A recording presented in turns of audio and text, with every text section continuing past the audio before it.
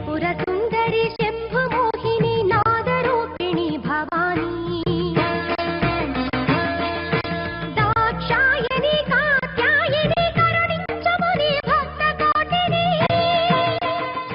కాపాడు కనకదుర్గమ్మ ప్రత్యేక చర్చా కార్యక్రమానికి పునఃస్వాగతం. త్రిపుర సుందరి శంభు మోహిని నాదరూపిణి భవానీ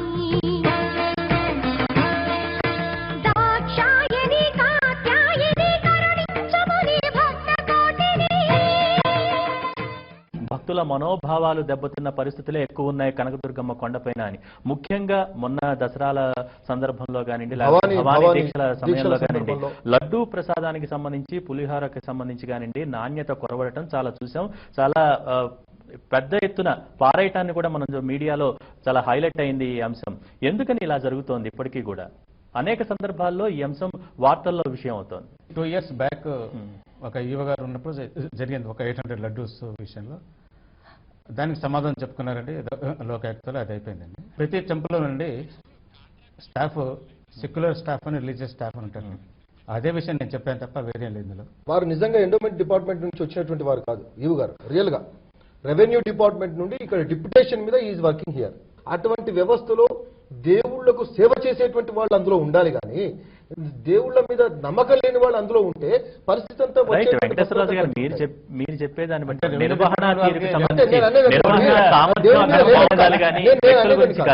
పర్టికులర్ గా నిర్వహణ సామర్థ్యం బాగుంటే పరిస్థితులన్నీ బాగానే ఉంటాయి. ఇప్పుడు ప్రసాదాలు ఎందుకు పారేయాల్సి వచ్చిందన్నప్పుడు దానికి సంబంధించి లోపాలని కనుగొనాలి. ఇప్పుడు వారు చెప్తున్నారు నేను వచ్చిన తర్వాత దానిపైన ఒక సమీక్ష. వారు భగవద్భక్తుడు కారు, నేను అదే అంటలేను. అంటే నేను అనేది ఏంటంటే ఒక డిపార్ట్మెంట్ ఉన్నప్పుడు ఆ డిపార్ట్మెంట్ లో ఏదైతే రిక్రూట్మెంట్ ఉంటుందో ఆ రిక్రూట్మెంట్ ను భగవద్భక్తులు తర్వాత ఒక డ్రెస్ కోడ్ అన్నారు. నిజంగా దాన్ని తూచా తప్పకుండా పాటించేటువంటి వాళ్ళు అక్కడ పనిచేస్తే ఇవన్నీ రావు. కాంట్రాక్టర్లకి ప్రసాదాల తయారీ ఇవ్వటం వల్లే ఇట్లా జరుగుతుంది. ఇప్పుడు వారు చెప్పిన దాంట్లో కూడా వారి ఆవేదనలో కూడా అర్థం ఉంది. ఎందుకంటే బయట వారికి ఇవ్వటం వల్ల ఇలా జరుగుతుంది. దేవాదాయ శాఖ అసలు ఆలయ దేవస్థానం ఎందుకు దీన్ని మెయింటైన్ చేయకూడదనే క్వశ్చన్ ఇది భక్తుల నుంచి కూడా వస్తుంది. ఎందుకని కాంట్రాక్టర్లకు ఇవ్వటం మూలానే ఇట్లా జరుగుతుంది అనుకోవచ్చా? ఈ కాంట్రాక్టర్స్ కి ఇచ్చేది ఎప్పటి నుంచో ఉందండి ఇది ఇక్కడ ఆచారం. ఇప్పుడు కొత్తగా ప్రవేశపెట్టిన ఇదేం కాదండి. అది ముఖ్యంగా ఏంటంటే మెయిన్గా కొన్ని పండుగలు వచ్చే రోజుల్లో చాలా మంది స్టాఫ్ అవసరం ఉంటారండి. ఫర్ ఎగ్జాంపుల్ దసరా కానీ తర్వాత భవానీ దీక్షలు కానీ ఆ టైంలో చాలా మంది స్టాఫ్ అవసరం ఉంటారండి. అంత స్టాఫ్ మా దగ్గర ఉండరండి. అదే కాంట్రాక్టర్కి ఇస్తే కనుక లేబర్ని అతను సమకూర్చుకుంటారు అనే ఉద్దేశంతో పెట్టుంటారండి. అసలు ఇది అంటే ఇప్పుడు పెట్టింది కాదు కాబట్టి ఎప్పటి నుంచో కొన్ని ఏళ్ళ నుంచి బహుశా మీరు ఉన్నప్పుడు ఉంది కదా. కాంట్రాక్టర్ కి దేవస్థానం ఇస్తుంది అండి. ముడి సరికంతా కూడా దేవస్థానం ఇస్తుందండి. ముడి సరికంతా కూడా దేవస్థానం ఇస్తుందండి. రైట్, దేవస్థానం ఇచ్చిన అనుకోవాలి. ఇప్పుడైతే నాణ్యత లోపం ఏం లేదండి. గతంలో జరుగుండొచ్చండి, అది వేరే విషయం. కానీ ఇక్కడ దేవస్థానం ఇస్తున్న ముడి సరుకు కాంట్రాక్టర్ల ఇంటికి అధికారుల ఇంటికి వెళ్తోందనేది ప్రధాన ఆరోపణ. దాని మీద మీరు ఎప్పుడైనా దృష్టి సారించారా? కాంట్రాక్టర్ల ఇంటికి వెళ్ళటం అనేది అసలు లేదండి. అధికారుల ఇంటికి వెళ్ళటం అనేది ఏం లేదండి. ఈ మధ్య ఒక సంఘటన జరిగింది, బహుశా మీరు దాన్ని రిఫర్ చేస్తున్నారు అనుకుంటాను. అది నేను ఎంక్వైరీ చేస్తే ఏం తెలియదంటే ఒక కాంట్రాక్టర్కి ఇంకో కాంట్రాక్టర్కి పడక అతను ఓన్గా తీసుకొచ్చి అక్కడ కూర్చోబెట్టి ఒక విలేకరికి ఫోన్ చేసి రప్పించి ఇది ఫుడ్ తీయించడం ఉద్దేశం అండి. ఇది యాక్చువల్గా మా అది నా నోటీస్ రాగానే ఇమ్మీడియట్గా మా సెక్షన్ సూపరింట్ వేరే సెక్షన్ సూపరింట్ పంపించి చూస్తే స్టాక్ అంతా కరెక్ట్గా ఉందండి. అందులో కూడా అసలు ఏ మాత్రం లోపం లేదండి. అభిప్రాయం ఆలయ యువ గారు చెప్పినట్లు ఈ ప్రసాద తయారీ అనే అంశం పూర్వం నుంచి వాళ్ళ కాంట్రాక్ట్ సిస్టంగా వస్తున్నమాట యథార్థం. దాంట్లో ఎన్నోసార్లు లోపాలు నిలబడ్డాయి, విజిలెన్స్ ఎంక్వైరీస్ అయిపోయినాయి, పత్రికా ముఖంగా ఎన్నో ఆరోపణలు ఎదుర్కోవడం జరిగింది. ఆలయ అధికారులు ముఖ్యంగా కార్యాధికారి పైన వస్తుంది. పాలక మండలి ఉన్నా ఎవరు లేకున్నా అది కార్యాధికారి రెస్పాన్సిబుల్. అక్కడ ఆ కాంట్రాక్ట్ అనేవాడు ఏం చేస్తాడంటే వాడు పోటాపోటీ పడి నేను ఇంత ప్రతి లడ్డు నేను ఇంతగా తయారు చేస్తాను అంటే మనం ఏంటంటే కమర్షియల్గా ఊహించుకొని వీడు తక్కువ వస్తుండే కనుక మనకు ఖర్చు తక్కువ పడుతుంది అమ్మవారికి, ఎందుకు మనం నష్టం చేయడం ఇద్దరు మనకి ఇచ్చేస్తున్నాం. వాడి స్తోమత ఏమిటి, వాడి సామర్థ్యం ఏమిటి, వాడు పంపే మనుషులు ఎలాంటి వాళ్ళు ఉన్నారు, ప్రసాదం ఎలా తయారు చేస్తున్నది అది చాలా ఆ ఒక్క విషయంలో మాత్రం నేను ఆ సిస్టంతో నేను ఆ సిస్టంతో ఏకీభవించడం లేదండి. ప్రసాదాల తయారీ అనేది సరుకులు అన్ని మనం ఇచ్చినప్పుడు, వంటశాల మనం ఇచ్చినప్పుడు, గ్యాస్ మనం ఇచ్చినప్పుడు, మన టెంపుల్ సూపరింట్లు అక్కడ ప్రసాదం సూపరింట్లు కూర్చుంటాడు, అక్కడ ప్రసాదం సూపరింట్లు కూర్చుంటారు, సిబ్బంది కూర్చుంటారు. అలాంటప్పుడు మనమే ఒక రిలీజియస్ తిరుపతిలో లడ్డూలు తయారు చేస్తారండి. లోపల అది అర్చక స్వాములు అలాంటి ఒక ఈ పరిచారకులు అనుకోండి, ఇతరత్ర అనుకోండి, లేదంటే కాంట్రాక్ట్ ఇదే ఆ కాంట్రాక్టర్ పెట్టే పరివాహక జనం బదులు మనమే ఒక మతపరమైనటువంటి ఒక సాంప్రదాయబద్ధమైనటువంటి దేవస్థానం వాళ్ళే స్వయంగా తయారు చేయించి ప్రసాదాలు చేస్తే ఈ అపవాదం తొలగిపోతుందండి, పవిత్రత ఉంటుంది, తిన్నవారిని కూడా తృప్తి ఉంటుంది. ఎంతమంది భక్తులు వస్తారు రోజుకని ఒక అంచనా కూడా దేవస్థానం ఉందండి. ఈ పారేసే సందర్భాలు కూడా తక్కువ రావండి. రైట్. లక్ష్మణాచార్య గారు మీరే ఉంటారు. ఇంతకుముందు వెంకటాచార్య గారు ముందు మాట్లాడుతూ ఏమన్నారంటే చిత్తశుద్ధి అనేటువంటి ఒక పదాన్ని ఉపయోగించారండి. నేను కూడా అదే పదం ఉపయోగిస్తున్నాను. ఎందుకు అంటున్నానంటే చిత్తశుద్ధి ఉన్నటువంటి కారణంగానే మీరు ఈరోజు హిమాచల్ ప్రదేశ్లో ఉన్న దేవాలయాలు తీసుకోండి. ఒక కాంగడాదేవి ఆలయం, లేదు ఒక జ్వాలాముఖి, లేదు ఒక నయనాదేవి, అట్లాగే మన కొన్ని లక్షల మంది జనం వచ్చేటువంటి ఒక దేవాలయాలు ఉన్నాయి. వాటిని అక్కడ కేవలం అక్కడ ఉండేటువంటి ఒక ధర్మకర్తలు, అక్కడ ఉండేటువంటి ఒక భక్తులు కలిసి నిర్వహించుకుంటున్నారు. అయితే ఈ రకమైనటువంటి ఒక పద్ధతి కనుక కనీసము మన రాష్ట్రంలో ఉన్నటువంటి ఒక 6A టెంపుల్స్ లోపల కూడా మనం ఇంప్లిమెంటేషన్ చేసుకునేటువంటి ఒక స్థితిలో కనుక లేకపోయినట్టయితే 6B 6C టెంపుల్స్ తీసేయండి అసలు. ఈ 6A టెంపుల్స్ లోపల కూడా ఇప్పుడు మీరు తిరుపతి ఉందండి, తిరుపతిలో కృష్ణారావు గారు ఈవో కాగానే ఏం చేశారు, లైన్లో వెళ్ళి స్వయంగా వెళ్ళి భక్తులు పడుతున్నటువంటి ఇబ్బందుల్ని ఆయన గమనించారు. అట్లాగే వెంటనే శ్వేత లోపల ఎంప్లాయీస్కి ట్రైనింగ్ ఇచ్చేటువంటి ఒక వ్యవస్థను పెట్టారు. కాబట్టి భక్తుల యొక్క మనోభావాలు దెబ్బతినకుండా అక్కడ ఉండేటువంటి ఒక ఆలయ సిబ్బంది అర్చకులకి ట్రైనింగ్ ఇప్పించాల్సిన అవసరం ఉందండి. ఎందుకంటే ప్రతిదీ ఈరోజు స్పెషలైజేషన్ అండి.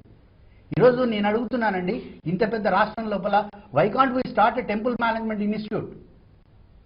ఈరోజు దుర్గగుడికి కానీ లేకపోతే ఎక్కడికైనా కానీ ఐఏఎస్ ఆఫీసర్ రావాల్సినటువంటి ఒక అవసరము, ఆర్డీ స్థాయికి అవసరము, మన డిప్యూటీ కలెక్టర్లని డిప్యూటీ చేసుకోవాల్సిన అవసరం ఏముంది? రాజ్యలక్ష్మి గారు, ప్రసాదాలకు సంబంధించి వారు చెప్తున్నారు గత 4.5 నెలల్లో అటువంటి పరిస్థితులు తగ్గాయని. రైట్. ఇందాక ఒక విషయం కూడా కోట్ చేశారు, ఇద్దరు కాంట్రాక్టర్ల మధ్య గొడవ రావడం వల్ల ఇటువంటి పరిస్థితులు తలెత్తుతున్నాయని. ఈ టెంపుల్లో ఇప్పటికే ఇవన్నీ వ్యవస్థ అంతా ఇదంతా ఒక పద్ధతిలో క్రమశిక్షణలో నడుస్తూ ఉండవలసింది. అంతేగాని ఈ రోజు ఏదో ప్రసాదం ఇంత లడ్డు క్వాంటిటీ ఇంత పులిహోర ఇంత దదన్యాసక్త హృదయ ఆయన అమ్మవారికి హరిద్ర అనైకరసిగా హాకి నిరూపధారిని ఆయన అమ్మవారికి పులిహోర గురించి, అన్నం గురించి, భక్తులకు పెట్టే భక్తులు ఇచ్చే విరాళాలతోటి ఎటువంటి ఎండోమెంట్స్ డిపార్ట్మెంట్స్ అన్ని కూడా నడుస్తున్నాయి. అటువంటి భక్తులకు పెట్టే ప్రసాదాల గురించి మనం ఈ రోజున ఇట్లా మాట్లాడుకోవడం అసలు ఇది రావడమే ఒక విచారకరమైన విషయం. ఇది భక్తులకు అక్కడ సదుపాయాలన్నీ సమకూర్చి వాళ్ళు ఎంతో చక్కగా ఆదరణతోటి ఎంతో భక్తి భావాన్ని పెంపొందించి ఇప్పుడు ఒక దానికి ఒక ట్రైనింగ్ ఇన్స్టిట్యూషన్ కావాలని ట్రైనింగ్ ఇన్స్టిట్యూషన్స్ అన్ని ఉన్నాయి. ఆయన వారన్నట్టు చిత్తశుద్ధి అనేది అక్కడ లోపం అవుతుంది, కన్విక్షన్ లేదు అక్కడ, కమిట్మెంట్ అనేది లేదు అక్కడ. శ్రీనివాస్ గారు, ఎవరు కూడా కేవలం ఒక్క రోజులో అక్కడ పరిస్థితులు మార్పు తేలేరు, అది చాలా కష్టం కూడా. కానీ ఇక్కడ ఆలోచిస్తే కనుక కాంట్రాక్టర్లకు సంబంధించి ఇప్పుడు వారు చెప్పినట్టుగా కూడా పెద్దలు చెప్పినట్టు దేవస్థానమే కనుక వీటన్నిటిని నిర్వహిస్తే బోళ్ళంత సొమ్ము ఆదా అవుతుంది, దేవస్థానానికి సొమ్ము వస్తుంది అని చెప్తూ ఉన్నారు. అదే సందర్భంలో భక్తుల మనోభావాలు దెబ్బతినకుండా పరిస్థితులు ఉంటాయని చెప్తున్నారు. ఎందుకని కాంట్రాక్టర్లను ఎందుకు తప్పించలేకపోతున్నారు? ఇద్దరు కాంట్రాక్టర్ల మధ్య గొడవ వల్ల దేవస్థానానికి చెడ్డ పేరు వస్తుందన్న విషయాన్ని ఎందుకు గమనించలేకపోతున్నారు? మీ పరిశీలనలో ఏం తేలింది? 31 మార్చికి పాత కాంట్రాక్టర్ది ఇది పీరియడ్ అయిపోయిందండి. ఓకే. అంటే మేము ఫిబ్రవరిలోనే కొత్త కాంట్రాక్టర్ కోసమని మేము టెండర్స్ పిలవడం, తర్వాత చూడటం అనేది జరుగుతుందండి. ప్రైస్ బీట్ చేయడం అంతా జరుగుతుంది. అయితే నేను ఒక ట్రయల్ వేసానండి.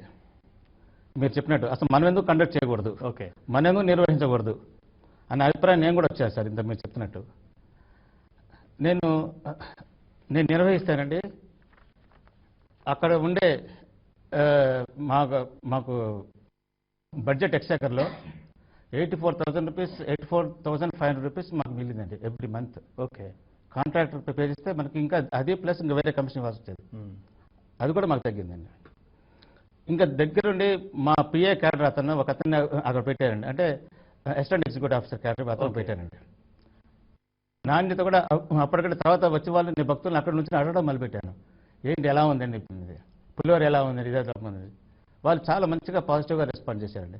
I was very much happy. నాకు చాలా బాగా హ్యాపీ అనిపించింది. లైక్ మీరు అన్నట్టుగా అయితే ఈ ఒక్క కాంట్రాక్ట్ విషయంలోనే నెలకి ఇంత సొమ్ము మిగిలితే వేలకు వేలు, మరి టోల్ గేట్ కాంట్రాక్ట్ కానివ్వండి, షాపుల కాంట్రాక్ట్ కానివ్వండి, ఇవన్నిటిని లెక్కేసుకుంటే కొన్ని కోట్ల రూపాయల సొమ్ము అనవసరంగా కాంట్రాక్టర్ల పాలిట పోతోంది.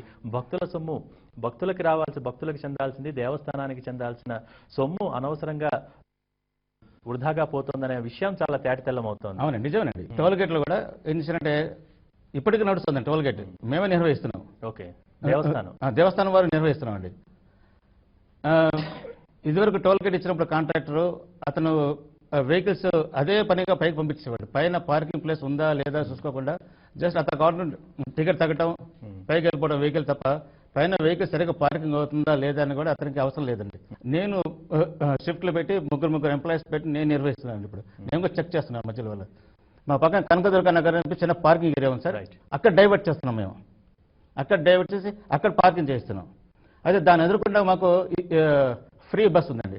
ఆ ఫ్రీ బస్ ద్వారా మీ పైకి పంపిస్తున్నాం. శ్రీనివాస్ గారు, ఇందాక మనం కాంట్రాక్టర్స్ గురించి మాట్లాడుకుంటున్నాం. కాంట్రాక్టర్ల రాజ్యం ఇష్టారాజ్యం అయిపోయింది కొండపైన గురించి మాట్లాడుకుంటున్నాం. కానీ షాప్ అలాట్మెంట్స్ గురించి కూడా ఎప్పుడు షాప్ అలాట్మెంట్ చేయాల్సి చట్టంలో అంశం అవుతుంది. ఎందుకని స్థానిక రాజకీయ నేతల ప్రమేయం ఎక్కువగా ఉంది. వారి అనుచరులకే ఇక్కడ షాప్స్ కేటాయిస్తున్నారు. వారికి కనుక కేటాయించకపోతే అక్కడ వ్యవస్థ అంతా చిన్నాభిన్నం అయిపోతుందన్న ఒక అభిప్రాయం భక్తుల్లో బాగా నాటుకుపోయింది.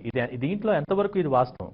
ఈ షాప్స్ అలాట్మెంట్ అనేది కంప్లీట్గా కమిషనర్ గారి చేతిలో ఉంటుంది. ఓకే, అవును. ఆ ఒత్తిళ్ళు అవనేది కూడా మాసంలో నాకు యాజ్ ఈవోగా నాకు ఇద్దరు రాలేదండి ఒత్తిడి. అంటే మీరు గమనించిన అంశాలైనా ఉంటాయి అక్కడ? గమనించడం అంటే అసలు నా దగ్గర ఇనిషియేట్ అయితేగా అసలు అది గమనించడానికి అది వచ్చేది కమిషనర్ నుంచి ఆర్డర్స్ వస్తాయి. మీ పరిధిలో లేదు, కానీ ఆ అంశం వల్ల దేవస్థానానికి చెడ్డ పేరు వస్తుంది. అది వార్తల్లో అంశమై భక్తుల మనోభావాలు దెబ్బతింటున్నాయి. ఎందుకు ఇటువంటి పరిస్థితులు నెలకొన్నాయి? అటువంటి సందర్భంలోనైనా అక్కడున్న కార్యనిర్వహణాధికారి దాని గురించి పట్టించుకోవాల్సిన అవసరం ఉంది. దాని గురించి పై అధికారులకి ఫిర్యాదు చేయాల్సిన అవసరం కూడా ఉంది. ఒక ఇన్ఫర్మేషన్ ఇవ్వాల్సిన అవసరం కూడా ఉంటుంది.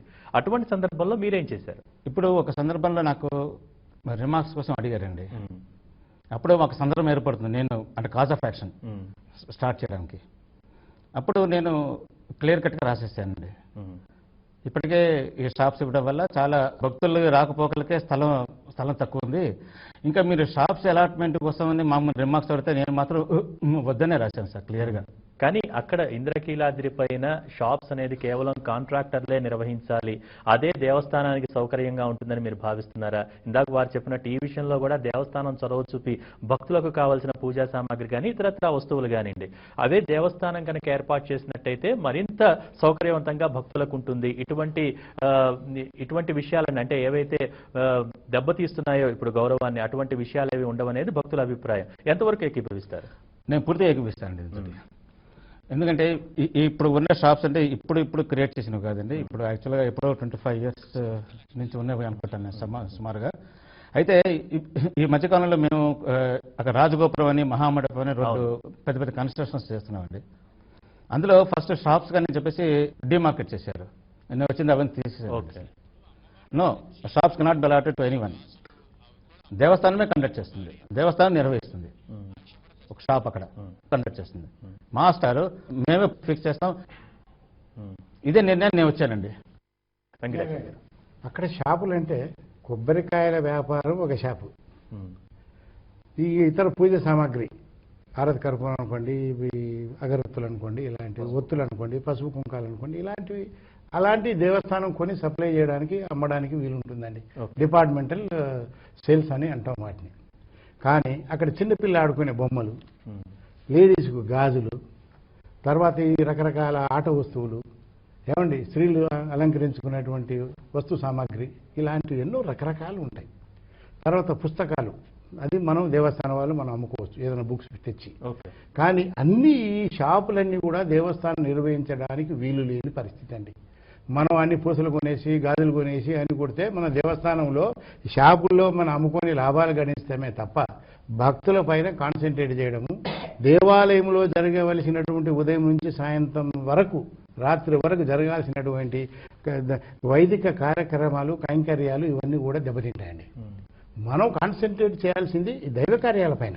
ఓకే. మనం జరగాల్సినది మనం ఉదయం నుంచి సాయం దాకా జరగాల్సినటువంటి తీర్థ బిందుతో ప్రారంభమైపోయి రాత్రి నివేదన ఇచ్చి ఆలయం క్లోజ్ చేసుకునే వరకు మన కాన్సన్ట్రేషన్ మనం అక్కడ దేవాలయం పైన ఉంచాలండి.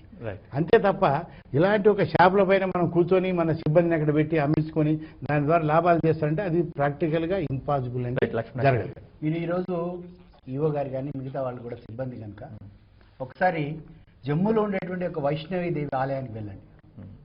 పూర్తిగా ధర్మకర్తలు నిర్వహిస్తున్నటువంటి ఒక ధర్మకర్తల మండలి వాళ్ళు ఏంటంటే సేవకులుగా అక్కడికి వచ్చేటువంటి ఒక భక్తులకి వాళ్ళు కాళ్ళు ఒత్తుతారండి పైకి వచ్చేటువంటి వాళ్ళకి. అంటే అక్కడ నేనేమంటున్నానంటే అక్కడ పనిచేసేటువంటి యొక్క సిబ్బంది వాళ్ళ యొక్క ఆలోచన విధానం ఏదైతే ఉందో అక్కడ రిఫ్లెక్ట్ అవుతుంది.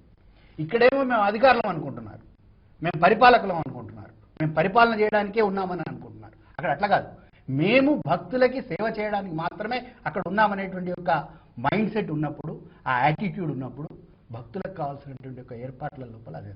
రెండోది షాప్స్ విషయం చెప్పారు. నేనేమంటున్నానండి, ఆధ్యాత్మికమైనటువంటి ఒక వాతావరణ కేంద్రం లోపల మీరు వెళ్తే రామకృష్ణ మిషన్ ఈరోజు మీరు భద్రాచలం వెళ్ళండి, లేదు వేములవాడకి వెళ్ళండి, అక్కడ రామకృష్ణ మిషన్ బుక్ స్టాల్ పెట్టారు. అక్కడ మీకు మన అమ్మవారికి సంబంధించినటువంటి ఒక కనకదుర్గ స్తోత్రం దొరుకుతుంది, లేదా భయగోవింద స్తోత్రం దొరుకుతుంది, లేదా శ్రీ సూక్తం దొరుకుతుంది, భూ సూక్తం దొరుకుతుంది, నీలా సూక్తం దొరుకుతుంది. ఇట్లాంటి పుస్తకాలు ఎక్కువ ప్రాధాన్యత ఇవ్వాలి. అంతేగాని అక్కడ ఈ ఆడవాళ్ళ పిన్నులకు సంబంధించినటువంటి లేదా ఆట బొమ్మలకు సంబంధించినటువంటి షాప్స్ పెడతామంటే ఎందుకు అది? ప్రస్తుతం మనతో మాట్లాడటానికి కె రవికుమార్ గారు విజయవాడ కనకదుర్గ ఆలయ ఉద్యోగి వారు టెలిఫోన్లో సిద్ధంగా ఉన్నారు.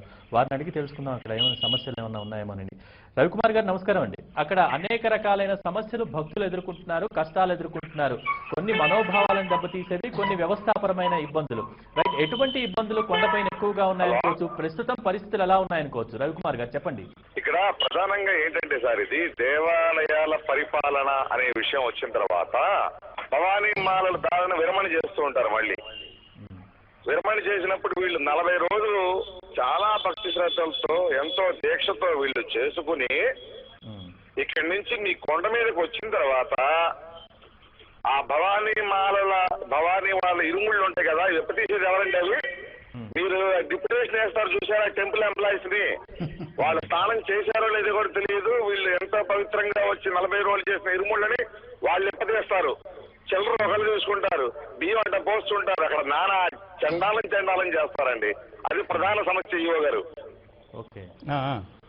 సెకండ్, ఇక ప్రసాదం అనేదాన్ని లోగడ ఒకసారి ఆజాద్ గారు ఈవోగా ఉండగా చిన్నజీయ స్వామిని కలిస్తే సుందర్ కుమార్ గారి కమిషనర్ సమక్షంలో ప్రసాదం చేసినప్పుడు కొంతైనా తీసుకెళ్లి అమ్మవారికి ఆరగింపు చేసి ఆ మిగిలిన మొత్తాన్ని తీసుకొచ్చి కలిపి ఇందులో లడ్డూలు చేయించండి అని చెప్పి సూచించారు జీవస్వామి.